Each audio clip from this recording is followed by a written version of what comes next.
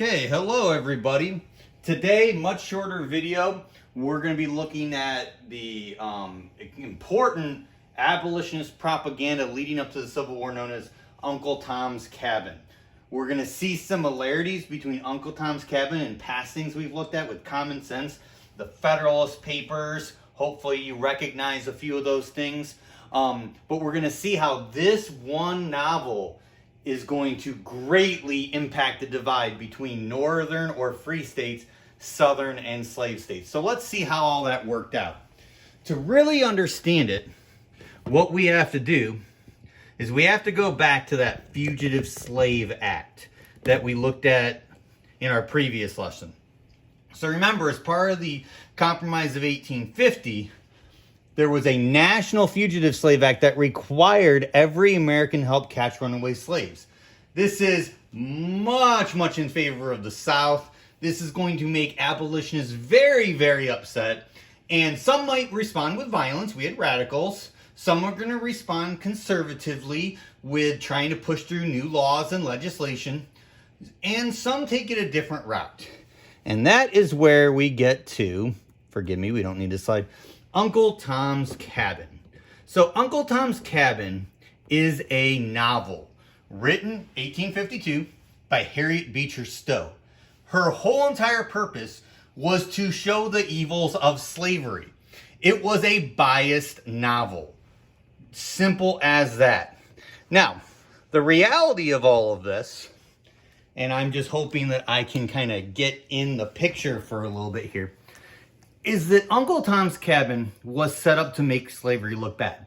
Harriet Beecher Stowe had never seen slavery, but she lived along the Ohio River and had been kind of part of the Underground Railroad and talked to many slaves. So what she did in this book, okay, and this is a cover. When you do another activity, you're going to see other versions of the cover, is she had the story about Uncle Tom. Uncle Tom was kind of like the grandfather, the uncle, as a slave on a plantation, and he was the guy that everybody came to. Support, knew everything, just a good guy. And the book makes him out to be a good guy. Well, the owner, Simon Legree, finds out that another slave runs away.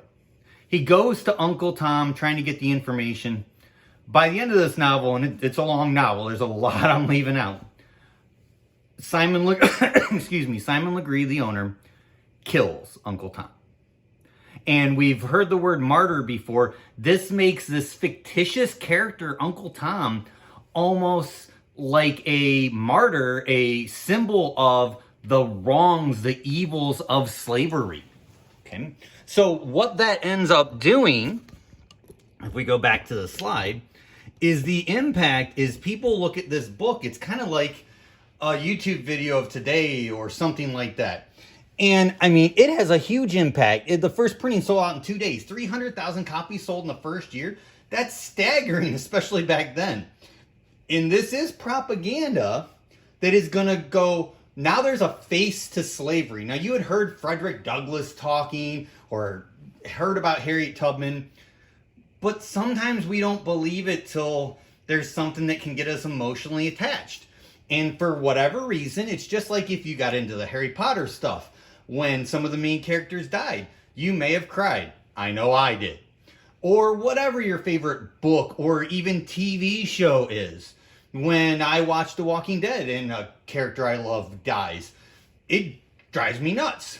Well, in this, not trying to compare it completely, but in this example, what we see is Uncle Tom dying makes people go, how could you do that? And it really creates more abolitionists. It makes it a moral issue, even more than it had been. Okay? Southerners are going, hey, this lady had never seen slavery. This is totally unfair. You shouldn't be listening to this. We should have our own version, things like that. This is going to inspire a lot of a bigger divide. Just like the Fugitive Slave Act did. Now we've got a novel creating a bigger divide. The hilarious, not hilarious, but an interesting quote here at the end. Later on, at the start of the Civil War, Abraham Lincoln, who we'll be getting to, gets to meet Harriet Beecher Stowe. And one of his famous lines is, "So this is the little lady who started this great war." And now obviously she didn't start it, but this book has that kind of impact. Okay, it is as powerful as a Common Sense for the American Revolution or a Federalist Papers for ratifying the Constitution here. Okay, this is a form of propaganda that is going to convince people to go one way or the other. People who are for slavery are going to look at it and think it's totally a bunch of lies.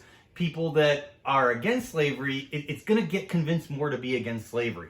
And this is going to have a huge impact on the divide and our road to the Civil War.